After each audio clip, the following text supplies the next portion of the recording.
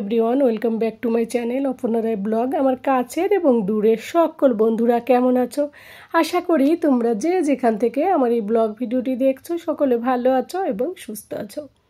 আমরাও তোমাদের ভালোবাসা ঠাকুরের আশীর্বাদে বেশ ভালো আছি।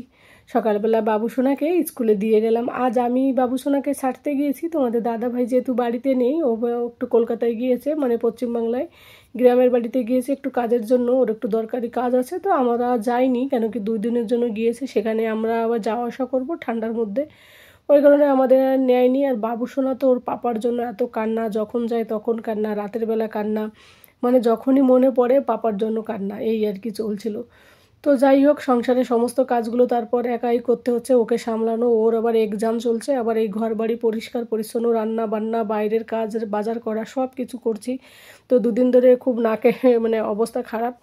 তোমাদের দাদাভাই গিয়েছে হচ্ছে শনিবার, আর আসবে যে সোমবার আসবে। তো সোমবারে বাবু সোনার আবার সায়েন্সের এক্সাম আছে, আবার মন্ডেতে, মঙ্গলবার আবার কি টুয়েসডে আর কি, মঙ্গলবার হচ্ছে হিন্দি, তখন কমপ্লিট হয়ে যাবে। তো ওই নিয়ে আর কি ওকে স্কুলে ছাড়তে চলে গিয়েছি, গিয়ে হেঁটে হেঁটে গিয়েছি, এসে আসার পথে আবার একটু ফেরার পথে একটু সবজি নিয়ে এলাম। ওই কি সবজি আনবো, ফুলকপি নিয়ে চলে এলাম, ভাবলাম একটু ফুলকপি দিয়ে আলু দিয়ে ডিম ঝোল করে দেবো। মাছ তো নেই, ও আসবে তারপর মাছ কিনে আনবে। আর আমি ওকে বলেছি, বা আমাদের কি বলতো, ওইদিকে গেলে আমাদের পশ্চিমবাংলায় কত ধরনের সবজি পাওয়া যায়, পুঁই শাক, এটা ওটা, জলপাই। জলপাই তো আমি এখানে এসে 3 বছর ধরে পাই না, জানো তো। তো জলপাইয়ের আচারটা খেতে বেশ ভালো লাগে, জলপাই চালতের আচার।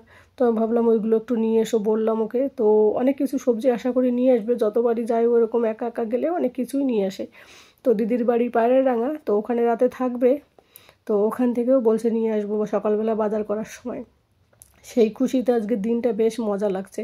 আর এইদিকে দেখো, বাবুকে স্কুলে দিয়ে এসে ভাবলাম একটু রান্নার চাপটা কম আছে, যেহেতু তোমাদের দাদাভাই নেই, তো ঘরবাড়ি একটু পরিষ্কার একটু এক্সট্রা করে বেশি করে করি। আর এইদিকে আলনা গোছাতে এসে দেখি তোমাদের দাদাভাই আলনাটাকে যা খুশি তাই করে রাখে।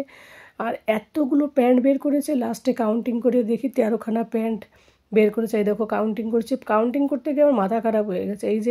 এই যে এটা আমারগুলো ঠিক করতে গিয়ে দেখি ওর আর একটা বেরোলো। এরপর আবার এখান থেকে যখন আমি বেডরুমে গেলাম, সেখানেও গিয়ে দেখি দরজার আড়ালে আর একটা প্যান্ট। মানে ও কত যে প্যান্ট একসঙ্গে বের করবে, সমস্ত প্যান্টগুলো বের করেছে, আলনায় যতগুলো সব ওর প্যান্ট। আর টি শার্টগুলো, মানে শার্টগুলো তো আলাদা করে রেখে দিই। তো ওর জামা কাপড়গুলো একটু গুছিয়ে নিচ্ছি। আর একার সংসার একটু ধৈর্য ধরে কাজ করলে সমস্ত কাজগুলো কিন্তু সুন্দরভাবে গুছিয়ে করা যায়। আর ঘরবাড়ি পরিপাটি সুন্দর গুছিয়ে না রাখলে নিজের মেন্টালিটি, পজিটিভ ভাবনা এইসবও কিন্তু আসে না, তাই না? আর এই রুমটা খুব একটা আসা হয় না, ওই পুজো দেওয়া আর একটু মাথায় চিরুনি দেওয়ার জন্যই আসা হয়, বাকি আমি খুব কম আসি। তো তোমাদের দাদাভাই বেশি আসে আর কি। বাবু সোনার আমি বেডরুমে আর হল রুমে সোফায় ওখানটাই বেশি থাকা হয়। তো এই রুমটার জন্য আমরা নোংরা করি না, যা করে তোমাদের দাদাভাই করে। আর এইদিকে আমার এই যে পার্টসগুলো রেখেছি, সেগুলো একটু ভাবলাম একটু ঢেকে ঢুকে একটু সুন্দর করে রেখে দিই। আর কিছু পার্টস আবার আলমারিতে রেখেছি, সবসময় আলমারি খুলতে কেমন লাগে, তার জন্য একটু এই সাইডেও কিছু রেখে দিই। তো আর তোমাদের দাদাভাই হয়তো আজকে রাতের বেলা আসবে, বললো ব্যান্ডেল থেকে ট্রেন ধরবে হচ্ছে 11:30টার সময়, বাড়ি ঢুকতে ঢুকতে ওই 8টা বাজবে। আর এই দেখো ঘর বাড়ি পরিষ্কার করে কিছু ডাস্টবিন বেরোলো। আর এই যে বেডশিটটা চেঞ্জ করলাম এই রুমের, মেশিনটাকেও সুন্দর করে একটুখানি পরিষ্কার করে নিলাম, চকচক করে নিলাম। আর বেডশিট চেঞ্জ করলাম, বেশ ভাল লাগছে, একটুখানি চেঞ্জ করলে বেশ মজাদার লাগে, রুমটা এসে বেশ বেশ মজা লাগছে। কিন্তু এ কতক্ষণ থাকবে জানি না, তোমাদের দাদাভাই এলে আবার সেই এলোমেলো করে রেখে দেবে। তো এইভাবে একটুখানি এই ঘরটাকে একটু গুছিয়ে নিলাম, এবার ওই ঘরটাকে গুছিয়ে তারপরে রান্নাবান্না করব, আবার বাবুকে আনতে যাব। তো বন্ধুরা, তারপরে দুপুরবেলা খাওয়া দাওয়া করে বাবুকে আনতে গেলাম, আর মাঝখানে কোনো কিছু শেয়ার করতে পারিনি, কারণ একা একা সব কিছু করতে হবে। আর এখনকার দিনটা সন্ধ্যাটাও খুব জলদি জলদি হয়ে যায়। তারপর ফিরে এলাম তোমাদের কাছে একেবারে রাত্রিবেলা। তোমাদের দাদাভাই দেখো গুড়ের মিষ্টি নিয়ে আসছে, আর এই যে জয়নগরের মোহনা কি বলে, এটা নিয়ে এসছে, আর এই যে ব্যাগ ভরে সবজি নিয়ে এসছে।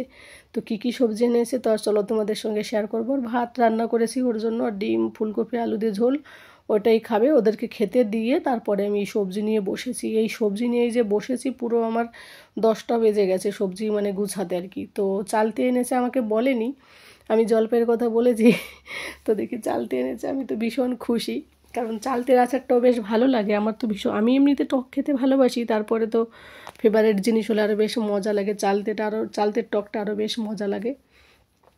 আর বলেছিলাম কমলি শাক আনতে, এই সব সবজি কী বলো তো এখানে কিছুই পাওয়া যায় না। তো এই যে কমলি শাক এনেছে, তো কমলি শাক রান্না করব, মজা লাগবে। আমার ছেলেটাও কমলি শাক ভাজা রসুন দিয়ে বেশ ভালোই ভাসে। আর এখন যেহেতু পাট শাকের সিজন না, তাও দেখলাম পাট শাক পেয়েছে, তো পাট শাক নিয়ে এসছে। আর এই যে 4টে না 5টা চালতে এনেছে। আর ওইদিকে এনেছে যে পলিথিনের মধ্যে রয়েছে, বড় পলিথিনের মধ্যে 2 কিলোর মতো জলপাই এনেছে। এবার দিদি এবার কিছু জলপাই এক্সট্রা দিয়েছে, ওদের ঘরে ছিল। আর হচ্ছে তোমাদের দাদা ভাই, আমরা দুজনে আর কি পুঁই শাক খেতে ভীষণ ভালোবাসি, যদিও ঠান্ডার জিনিস না খাওয়াই ভালো, কিন্তু ভীষণ ভীষণ ভীষণ ফেভারিট আর কি দুজনারই। তো এই যে পুঁই শাক নিয়েছে কতগুলো, কচুরলতা, পুঁই শাক, অনেক কিছু এনেছে সবজি। তো সেইগুলোকে একটু গুছিয়ে গুছিয়ে রাখবো। আর এই দেখো জলপাই 2 কিলো এনেছে, অনেকগুলো। তার দিদি প্রায় আধা কিলোর কাছাকাছি প্রায় গিয়ে দিয়েছে। তো এইগুলো দিয়ে আচার টাচার করবো আর ফ্রিজে রেখে দেবো। আর ভেবেছি কিছু চালতা এটা ওটা কিছু শুকিয়ে রাখবো। শুকিয়ে রাখলে কি হয়, অনেক সময় টক ডাল করে খাওয়া যেতে পারে, সেই কারণে শুকিয়ে রাখার ইচ্ছা আছে। আর জলপাইগুলোকে ওই ইয়েগুলোকে ওর যে কী বলে শীষগুলোকে একটু টেনে টেনে ছিঁড়ে ফেলে রেখে দেবো গুছিয়ে। আর এই দেখো কচুরলতা কত এনেছে, এইগুলো ফ্রিজে রেখে দেবো। আজকে 2 দিন ধরে এগুলো রান্না করব না, কারণ শাক পাতাগুলো নষ্ট হয়ে যাবে। আর ওই যে আমার জন্য ওলকপি এনেছে তোমাদের দাদা ভাই, আমি তো ওলকপি খেতে ভীষণ পছন্দ করি, যদিও ওলকপি এখন সেইভাবে ওঠেনি। তো আমাকে বললো ওখানে নাকি 100 টাকা করে নিয়েছে, তো আধা কিলো নিয়ে, আধা কিলোর বেশি এনেছে, দেখেই বোঝা যাচ্ছে 600 গ্রাম মনে হয়। তো আমি বললাম বাপরে এত দাম, বলছে এখনও ওঠেনি সেইভাবে না। এখানে ওলকপি পাওয়া যায় সেই মাঝে মাঝে, যদি ওই ভিতরে কোথাও গ্রামের মধ্যে হাটে গেলে তবেই পাওয়া যায়, কিন্তু আমাদের ওখানকার ওলকপির স্বাদ একটা অন্যরকম। তো আমি তো ভীষণ খুশি সবজি পেয়ে। আর কি বলো তো, আমি না সবজি খেতে, মাছ মাংসর থেকে সবজি খেতে ভীষণ পছন্দ করি। সবজি পেলে যে আমার এত ভালো লাগে। তো এইগুলো গুছিয়ে কোনগুলো রান্না করব কালকে, কোনগুলো পরে রান্না করব 2 দিন পরে, সেইভাবে ফ্রিজে সুন্দরভাবে গুছিয়ে রেখে দিলাম। আর যে পাট পাতাগুলো ওই যে গাছ সমেত পাট পাতাগুলো ভেবেছি পাতাগুলো তুলে রেখে দেবো, নাহলে নষ্ট হয়ে যাবে। আর এই দেখো দিদি এইগুলো আবার দিয়েছে, যে পলিথিনে কিনে এনেছে তারপরেও দিয়েছে। আর এইদিকে পুঁই শাকগুলো ছড়িয়ে রেখে দিয়েছে, একদম তাজা রয়েছে। কেন কি শীতের দিনে তো যেভাবে কিনে এনেছে দেখো সেইভাবে, সেই সকালে কিনেছে তোমাদের দাদা ভাই সকাল 8টা নাগাদ। আর এই যে বাড়ি ঢুকলো রাত 8টা, কিন্তু সবজিগুলো খুব সুন্দর রয়েছে, তাজা তাজা। কেন কি একটু জল ছিটানো ছিল নিশ্চয়ই দোকানে, তারপর আবার শীতের দিন তো ওই জন্য ভালো রয়েছে। আবার লেবু নিয়ে এসেছে অনেকগুলো, 20 টাকা দিয়ে। এখানে তো লেবুর দাম প্রচুর। তো এই দেখো লেবু, আমি বলেছি লেবু নিয়ে এসো, তো লেবুও নিয়ে এসছে। তো অনেক সবজি দিয়ে আজ মনে হচ্ছে বাংলায় আছি, মনে হয় না যে বাংলার বাইরে আছি, এত মজা লাগছে দেখে এইগুলো। তো এতগুলো পাট শাক এইগুলো ছাড়াতে আমার অনেকটা সময় লেগে গিয়েছিলো, লাস্টে একদম বসে বসে কোমর ব্যথা হয়ে গেছিলো, পুরো 10টা বেজে গেছে পরিষ্কার করতে। তো জলপাইগুলো তো ঠিকঠাক করে রেখে দিলাম গুছিয়ে। এবার বাকি এইগুলো একটুখানি ছিঁড়ে রেখে দেবো। তো পাট শাকগুলো আগে ভেবেছি পরিষ্কার করে নিই, আর বাকি পুঁই শাকগুলো বেডরুমের সাইড, মানে বেডরুম না, ওই আলাদা আর একটা রুম যেটা আছে ওই রুমে, ওখানটা ফ্যান চালিয়ে রেখে দেবো, তাহলে জলটা একটু শুকিয়ে যাবে। আর শাকটা ফ্রিজে রাখতে বেশ সুবিধা হবে, নষ্ট হবে না, কারণ জল থাকলে দেখবে শাকগুলো বেশ নষ্ট হয়ে যায় ওই কারণে। আর এখানটা যদি ফ্যানটা চালাই তাহলে ঠান্ডাতে থাকতে পারবো না, ওইগুলো ওই ঘরে চালাবো ফ্যানটা ভেবেছি, মেঝেতে রেখে দেবো কিছু একটা বিছিয়ে। তো এই যে শাকগুলো কেটে গোড়াগুলো কেটে এবার আমি পরিষ্কার করতে বসে পড়লাম বন্ধুরা। এই যে গোড়াগুলো কেটে নিয়েছি দেখো। আর তারপরে পরিষ্কার করার পরে এই দেখো দিদি এবার, মেয়ে ঠান্ডা লেগেছে, ওর 2টো কমলা লেবু ছিল, দিদি এবার তাই দিয়ে দিয়েছে। তো ভাই বোন এরকমই হয়। তো তাই তোমাদের দাদাভাই বলছে তারা দিয়ে, এবার দেখো 2টো কমলা লেবু ঘরে ছিল তাও দিয়ে দিয়েছে। আর এই যে দেখো আমার পাট শাক পরিষ্কার করা কমপ্লিট। এবার এইগুলো বাইরেই রাখবো, ফ্রিজে আর রাখবো না, আগামীকাল রান্না করবো, আর কিছু হয়তো আগামীকাল ফ্রিজে রেখে দেবো, কারণ এত একসঙ্গে খাওয়া যাবে না। তবে আজকে আর রাখবো না, কারণ জলটা এখনও সেইভাবে শুকায়নি, ফ্যান চালিয়েছিলাম তবু। তো রান্না করে এনে রেখে দিলাম, মোটামুটি রান্নাঘরটাকে একটু গুছিয়ে রেখে দিলাম।